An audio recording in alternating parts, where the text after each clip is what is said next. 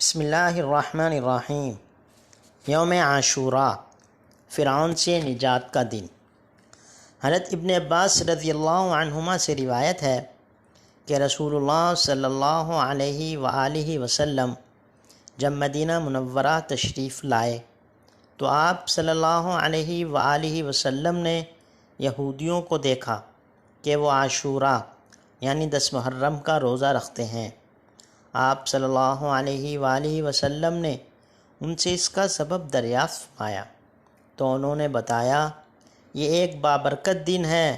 اس دن اللہ تعالیٰ نے بنی اسرائیل کو ان کے دشمن فرعون سے نجات دلائی تھی، اس لیے موسیٰ علیہ السلام نے اس دن روزہ رکھا تھا۔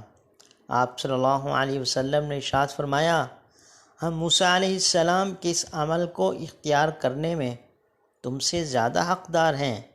چنانچہ آپ صلی اللہ علیہ وآلہ وسلم نے اس دن روزہ رکھا اور صحابہ رضی اللہ عنہم کو بھی اس کا حکم دیا۔ تو میرے دوستو، ہم بھی 10 محرم کے روزہ رکھنے کا اہتمام کریں اور دوسروں کو بھی زیادہ سے زیادہ بتائیں تاکہ تمام لوگ آپ صلی اللہ علیہ وسلم کے اس عمل پر پورا اترنے والے بن جائیں اور اس حدیث پر عمل کرنے والے بن جائیں۔ جزاک اللہ۔